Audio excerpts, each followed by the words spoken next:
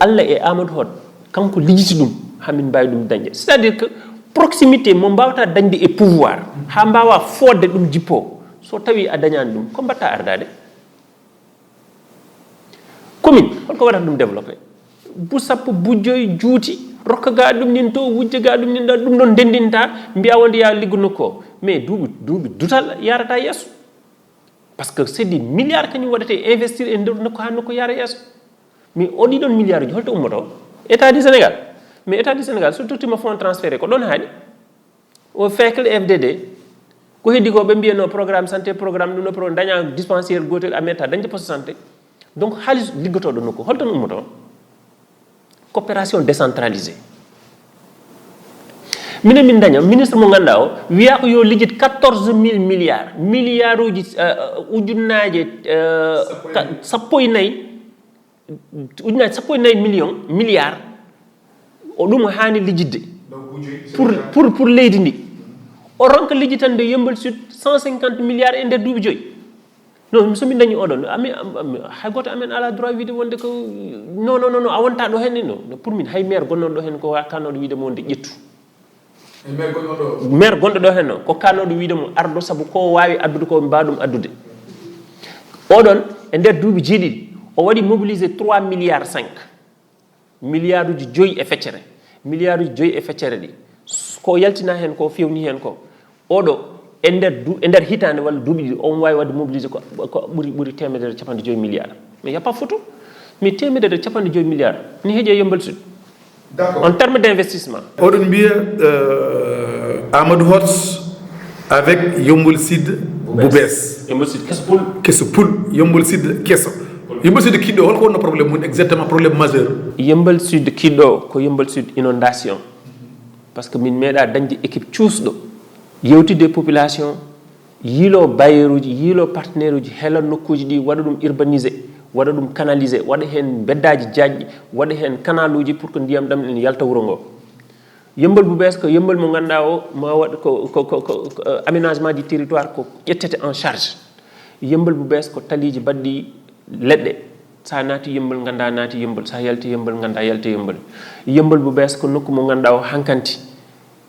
urbanisation ça par exemple mo way jettude exemple goto mo ganda vraiment koy projet ji majeur uji jeya min gala no collège min gala lycée min gala leji mais dum no fo min ba dum dañ en construisant en hauteur ittude dow dum fana do Yeumbeul bu bees ko Yeumbeul mo ganda so tay min badi urbaniser min keli min jilima kalis amin ba yilade kalisa min batti nokku o fof dum do min badat ko des gratte-ciel 1R+5 les o taw ko jomum en jettata ko heddi ko yeye khalis o yobe nokku hesda gadda yimbe hesbe Yeumbeul bu bees ko Yeumbeul mo ganda mamin dañ hen possibilité en relation avec les communes partenaires ko wayno Yeumbeul Nord intercommunalité jogibe leydi mbada ko wiete call center gratte-ciel uji mbatta 5 10 étages wala 15 étages Maroc ujunnaaji temdere neddo liggoto hen Sénégal do min do e Yeumbeul he objectif amin ko wadde créer 5000 emplois en wodi aben do bi jogi kalisaji mabbe ganna to mbadata Yeumbeul bu bees ko kalisaji gonde aduna he ko kanyum min gaddata do hen Yeumbeul bu bees ko nokko ko Yeumbeul mo ganda o kala ko faté santé ko priorité Yeumbeul bu bees Yeumbeul kesso ko Yeumbeul mo ganda ko ballondiral ngal ene laabi Yeumbeul kesso ko budget réel mo yimbe jogi do hen rutto yimbe budget d'investissement min jiloyo dum ciagal leydi buubi sap gummotode e kalis Yeumbeul bu bees o do natata e poste autorité Yeumbeul bu bees ko Yeumbeul mo ganda o kala élève so tawi fini do hen hacciti mo galle mum haccita galle mum jinnami no jogi walla jogaki ma kaccitar taw dum e der galle mum so min bidum yimben kan dum jabde hande amin bada finance amin bada former 160 boulanger pâtisserie momin pormi pari fofu min dendinabe groupe de 10 min badanma créer boulangerie ko be don kanyen jogade kala ko fati e kaccitari sukabe mburuma toma so tawi ko mburu baddo sukara jidda yanta hen ndiyam yanta hen kasiyel café odo Yeumbeul min jidi wadde créer so min bidum yimen kandum jabde parce que do min goni min lamaki min gonani e pouvoir local hande ala mo debbo gondo do hen mo dañani financement ala mo min badani do formé sur fonds propres donc yembal bu bes ko yembal mo ganda entrepreneur yarat yesso c'est ça projet amen voilà c'est ça projet mon ko mi retour tiagal elle fowru ganno don élection aji bennudi ha baddon ciopuli elle kon tokene on tini dum ko dum saabi hikka e odo élection ono fo celdon wadde ciopuli baddon bourdu badiol mbele odon daña victoire e alhamdulillah ko yettere Allah neddo kala ko dañda fo yettir dum Allah sabu ko hebno min ko ne wano min hebtude ko no Allah dandir min ni ko non ngatir heddibe voisin ji amen yembal non abe jaare liste ji sapoy tati te nden liste ji sapoy tati te minen liste élection 2014 min jaarano ko liste ji jeedidi ko yaltuno e amen kambe be dañi sapoy tati donc commune aji goddi ko to jaada e Sénégal fofu ne way non donc yettere Allah wonto c'est normal est-ce que c'est normal bon min mi hali déjà medium est vraiment et division won ko ganda ko problème de conscience mo ganda ko wadobe politique be mudi yidma ko dañda fof mudi yidi mi yidanama haysunu ko Allah ene rokkuma compétence Allah ene rokkuma yimbe ko dañda fof mi yida woni hen ko dum non et ça c'est pas de la politique c'est yimbe so tawi ndendi miijo ndendi ambition ndendi yidde ndendi philosophie goto hen fof ne wawi wattude wadde goddo comme no hoore mum so dum don non woni problème hewbe amen wadobe politique alhamdulillah min je ne suis pas dans cette logique là a yembal sud yettere Allah dum min dadi hen hikka ada jogi yakare mojjere ministre Amadou Hott Allah e odon hufbido be sak an ganda ada boye politique jogi expérience hen no fewi son kufi man yombul sid ma won yombul sid kesso manam mo kaltono odon jogi hen yakar taw ko dum buri yawde grand so yombal sud wadi raté occasion mo dañi Amadou Hott ha duubi temdere watta développer donc min wi yombal sud so wadi raté et Amadou Hott en 2022 do e duubi temdere be gonta wadde développer ça c'est mon intime conviction te koko jimi koko gandum mudde yanana quel que soit neddo jiddo commune quel que soit compétence mo jogida e commune Amadou wawma Amadou burma hewde opportunité Allah koko jippinta e nokku fof saha fof omo jippina ton neddo mo ganda ko kanyum o fawi développement mum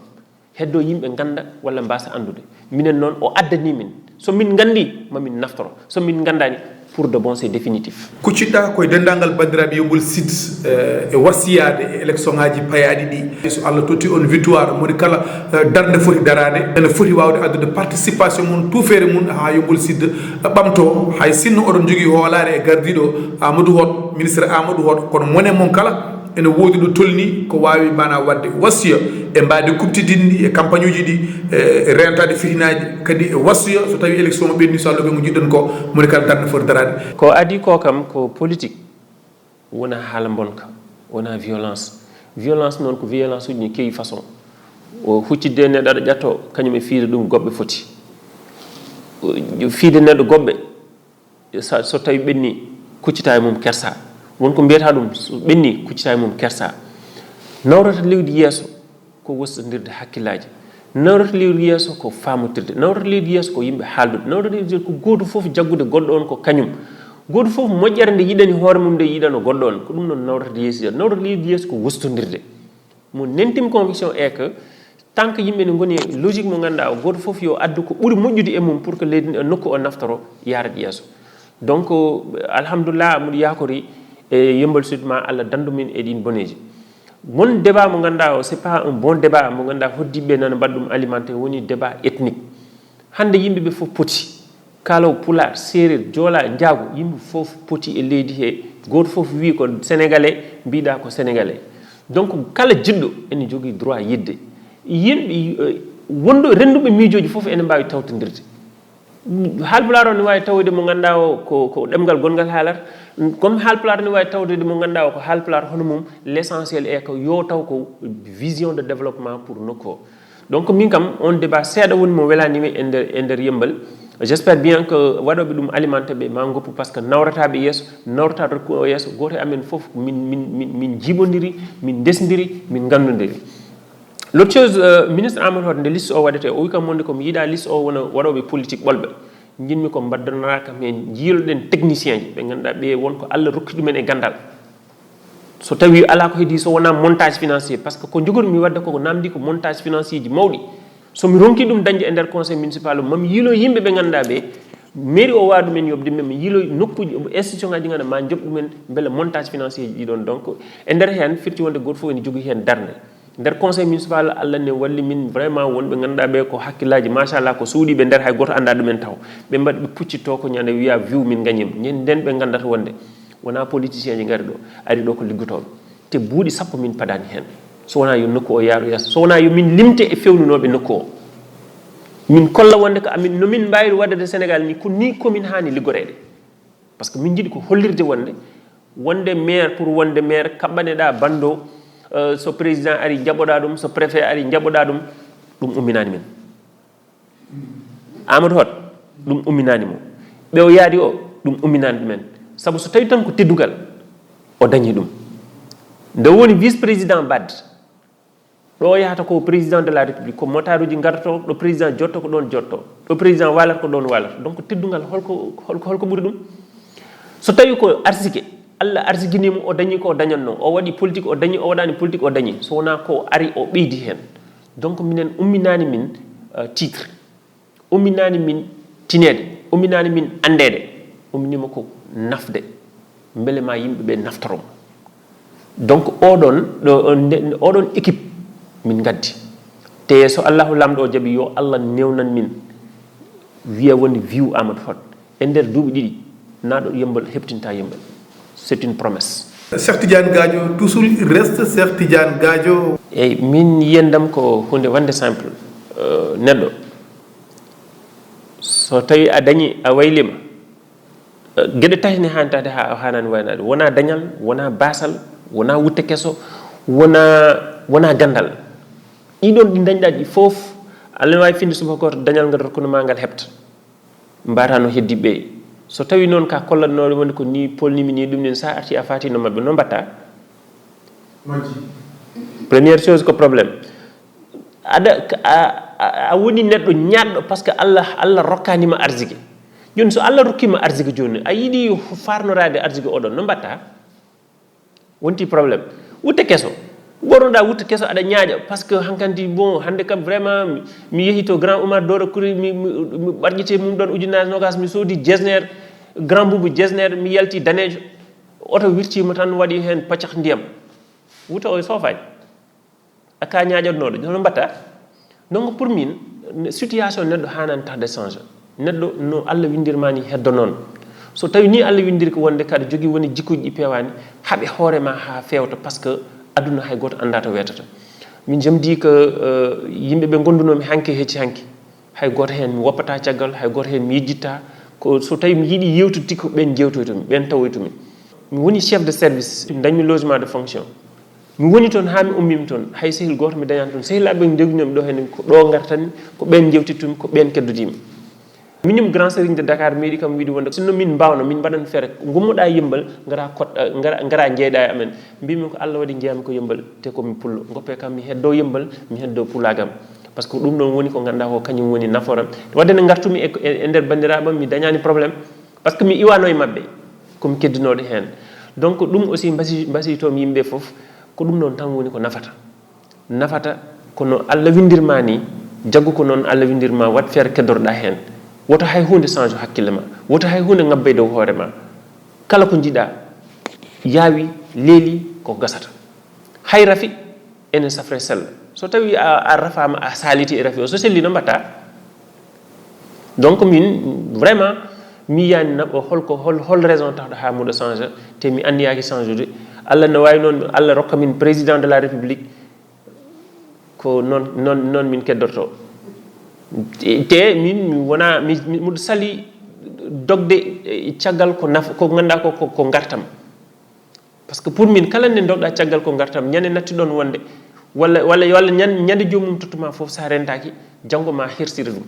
makko donc dal naturellement ko han wonde hakkunde ma yimme ko yo won hen hakkunde ma so mi dañi mi wadat so mi dañani mi hersata wiide wonde sehilam bandam mawnam mo jadat mi wonde ko hande kat newaki c'est pas ce problème là tawi tan a tawi am enen dendi sa tawani am mi hersa wiide mon hande de ala do parce que pour min c'est ça la vie et vraiment muɗo yetta Windere TV grand muɗo yettuma no feewi par ce que ɗum ɗo ko promotion ɗum ɗo ko feññinde ko aduna o fof yiyata aduna o fof andata won neɗɗo suuɗino oɗon jaltin ɗum te ko mbiyata la magie des médias kañum tan wawi ɗum mbaɗanɗomo ɗum a wawa sa tutti itti milliard a tutti ɗum anda a waɗanani ɗum haydara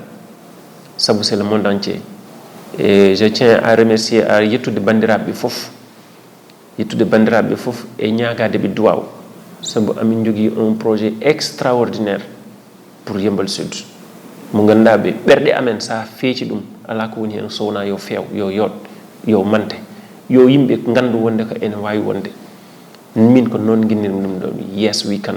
oui c'est possible ene wawi wonde donc donɗe min beele ma anniyaji ɗiɗon beele ma min timmin ɗum Allah jarama on jarama wonno koɗo men ko Cheikh Tidiane Gadio o wi oui c'est possible ɗum noon enen fof en mbi oui c'est possible ko weltade o totti en temps totti bandiraɓe temps Windere TV waɗanno e makko renku ɗum noon Cheikh Tidiane Allah jarama